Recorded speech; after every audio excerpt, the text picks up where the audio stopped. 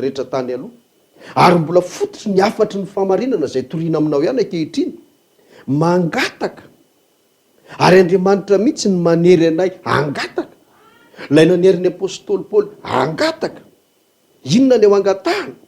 Hoe mampangataka anay aminareo izy ka mangataka indrindra aminareo hoe mihavana amin'Andriamanitra ne ianareo. Zany hoe Andriamanitra zany efa nanaiky, efa nanatanteraka, efa nanefa ny fomba hampihavanana n'ilay olona sy ny olona rehetra aminazy Andriamanitra. Tamin'ny alalan'i Jesosy Kristy izay niantona teo amin'ny hazo fijaliana ka nandatsaka ny rany no nanehoany an'izay hoe voninao ary efa manaiky ny havana amin'ny olombelona rehetra. Fa itsika indray zany olombelona no angatahana. Andriamanitra mangataka ary maniraka ny olona izay irahany hoe iraka solon'i Kristy izay, dia mampangataka n'ireny olona ireny ihany koa, dia ireny olona ireny no mangataka amin'ny olona rehetra izay toriana hoe mevana amin'Andriamanitra ianareo. Zany hoe te hanindry areo eto anatrehantsika arak'izay zavatra tahaka ny nataon'ny apôstôly Paoly tany aloha sy ny apôstôly rehetra ihany koa, dia za zany te hanindry amintsika rehetra ihany koa hoe ilaina ny fihavanana amin'Andriamanitra.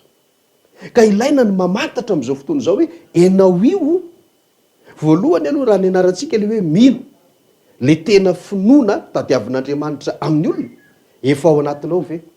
Raha mbola tsy ao iny ilaina ny miditra ao anatin'iny. Ary rehefa tafiditra ao anatin'iny dia tsy ampy nipetraka fotsiny amin'izao ka mionona fotsiny hoe efa mino aho. Fa mbola ilaina indray androany ny mamantatra hoe mihavana sa tsy mihavana amin'Andriamanitra. Ary raha toka mbola tsy ao ianao izay inoko tena inoko mihitsy hoe mbola maro amintsika raha tsy ilazana hoe isika rehetra mihitsy aza no mbola tsy mahafantatra akory, ka noho izany tsy mbola vita fihavanana amin'Andriamanitra. Fa inona marina azy izany fihavanana amin'Andriamanitra izany? Ary inona ny tokony atao? Dia miverina ny amin'ny lesitsika tany aloha tanytsika izay nahafantarana hoe isika zao anery sakaiza malala isany ka tena marina tadidio tsara ny lesona tany aloha, ary zay le hoe ilaina ny mandray an-tsoratra. Ary raha nianatra mikasika ny ota isika sy ny vokatry ny ota tany aloha tany dia nahalala amin'izay ary mahatsapa amin'izay ary matadidy ianao androany azay efa nanaraka an'izay fampianarana izay. Fa isika olombelona ho fa tsy hoe Adama sy Eva ihany, na tsy hoe ianao rery ihany, fa isika olombelona izay natera-behivavy rehetra dia voalaza voambary tamin'izany fampianarana izany na marinina tamin'ny soratra masina fa tsinotsinon'Andriamanitra, lavitra n'Andriamanitra ary namafisina mihitsy fa zanaky ny devoly. Zanaky ny devoly ny olona rehetra. Dia eo amin'izay ary no hipetrahany ny resaka hoe inona sy ahoana zany hoe mihavana amin'Andriamanitra izany. Misy tenin'Andriamanitra ray ry aloha vakintsika mba ahafahantsika miditra amin'izay resaka izay ao amin'ny asan'ny apôstôly toko 7:7. Asan'ny apôstôly toko 7:7.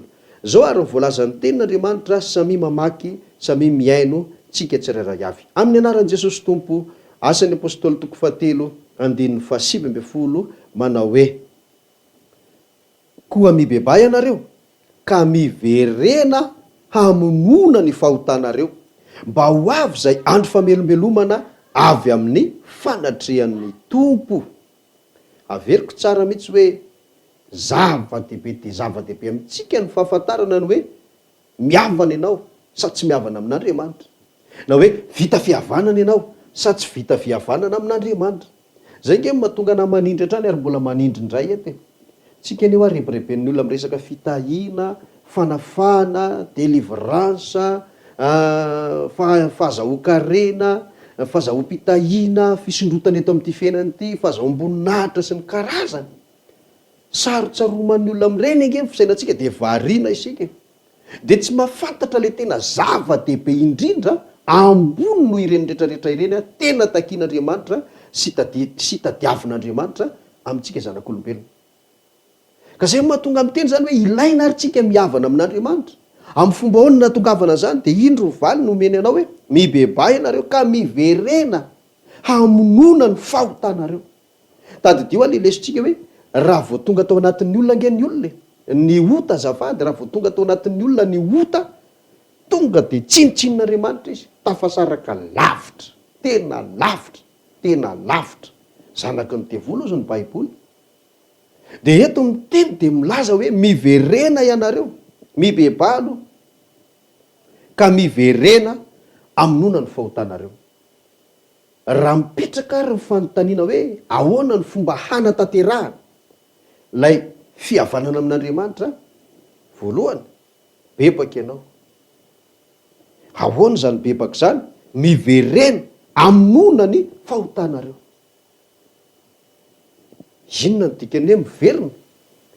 Ny atao hoe miverina anie de zao hoe raha ohatra ianao zao ataontsika hoe mbola tsy tany ampitan-dranomasina mihitsy fa voandeha ho any ianao, ohatra hoe ho an'ny Frantsa, ho an'ny Paris, mbola tsy tany mihitsy ianao de afaka miresaka amin'ny namanao hoe za andeha ho an'ny Paris, andeha ho an'ny Frantsa, andeha ho any an-dafy. Zay ny fiteninao zay. De tonga ny Frantsa ianao zany azy ataontsika hoe amam-bolana sa amatony ianao no mipetraka any. De rehefa ao akaty Antananarivo indray, hiverina aty Madagasikara indray, de tsy maintsy hiteny ianao hoe ndeha hiverina ho an'ny Madao. Inona ny dikan'izay? Taty ianao ny ala de nakany, de ody aty, zay natao hoe miverina. Fa ianao le vo ho an'ny Frantsa voalohany iny, tsy hiteny mihitsy ianao hoe ndeha hiverina ho an'ny Frantsa, satria tsy tany ianao no mipetraka, ary mbola tsy tany ianao, fa iny voalohany iny no vao makany. Ka matoa eto miteny zany le teny hoe miverena, de nisy toerana efa nialana, de io toerana nialana io no hodiana indray. De zay no fanatanterahana sy fampiarana le hoe mibeba. Mibeba ianareo sisy ka miverena. Fa raha misy olona zany tsy miverina, tsy azo lazaina fa mibebaka izy. Ary eto koa no tiako resahana mantsy hoe le fibebahana anie ka zava-miafina ihany koa ry sakaiza malany. Be dia be tsika ny voafitako ny atao hoe mibebaka de hoe mifona Andriamanitra fa tena njangajanga be, tena nangalatra, tena nisoloky, tena nandainga sy ny karazana. Zany hoe matsapa teny no fa nanao ratsy de mangata-pahamelana, mangataka fifonana amin'Andriamanitra, mangataka fiantrana amin'Andriamanitra mba hamelany helikao. De zay no eritreretintsika olombelona hoe zany natao hoe mibebaka, nefa tsy izany mihitsy. Tsy izany mihitsy fa fiaikekeloka sy fangatahana famelan-keloka reny zavatra reny. Fa tsy izany natao hoe mibebaka, fa ho azonao tsara izy rehefa tapitra ty fandarana ty, metomboka am'ty andiny ty zany hoe miverina. Ary marina tokoa zany satria zao ny tantaran'ny fiainantsika zanak'olombelona ane ka zao hoe tao amin'Andriamanitra de niala tao amin'Andriamanitra. Naninona niala tao amin'Andriamanitra? Satria nanaiky an'le ota ka teo anivon'Andriamanitra, zanak'Andriamanitra mihitsy de niala teo de lasa zanaky ny devoly, lasa tsinitsin'Andriamanitra. Inona na tonga zany? Noho ny fanekenan'ilay ota. De enao le tsinitsin'Andriamanitra io, le tafasaraka lavitra amin'Andriamanitra, ny olombelona zany fa tsy hoe enao rery ho iaho. De le olona tafasaraka amin'Andriamanitra lasa zanaky ny devoly, lasa tena hoe lavitra n'Andriamanitra, tsinitsin'Andriamanitra tsony. De ino ny tenen'le teny hoe mibeba, de miverena ozy izy. Verina iza zany? Verina ao amin'Andriamanitra. De zay no atao hoe fibebahana. Fa saingy dingana voalohany zay, fa ahoana ny fomba hiverenana amin'Andriamanitra. Misy tantara anankiray malaza de malaza mihitsy ao amin'ny Lioka 5:10. Tsisy tsy mahay an'ity raha mbola zanak'olombelona eto ambonin'ny tany angamba. Lioka 5:10 de ny 7:7. Fa ny tantara moa de manomboka eo amin'ny 1:1. Fa ny vakitsika de ny 7:7 ka hatramin'ny 20. Lioka 5:10, 7:7 ka hatramin'ny 20. Amin'ny anaran'i Jesosy zao ary ny voalaza ny teny. Ary raha nody ny sainy dia hoy izy, indrisy maro ny olona karamainina raiko, manan-kanina be dia be, fa izaho kosa maty mosary eto. Iainga aho de ody any amin'ny raiko ka hanao aminy hoe, raiko, efa nanota tamin'ny lanitra sy teo anatrehanao aho, ka tsy mendrika atao hoe zanakao intsony, fa ataovy tahaka ny anankiray amin'ny olona karamainao aho. De niainga izy ka nakany amin'ny rainy, fa raha mbola lavitra izy de tazandrainy, ary onena azy izy ka niazakazaka tena mihina ny vozony sady nanoroka azy atreo.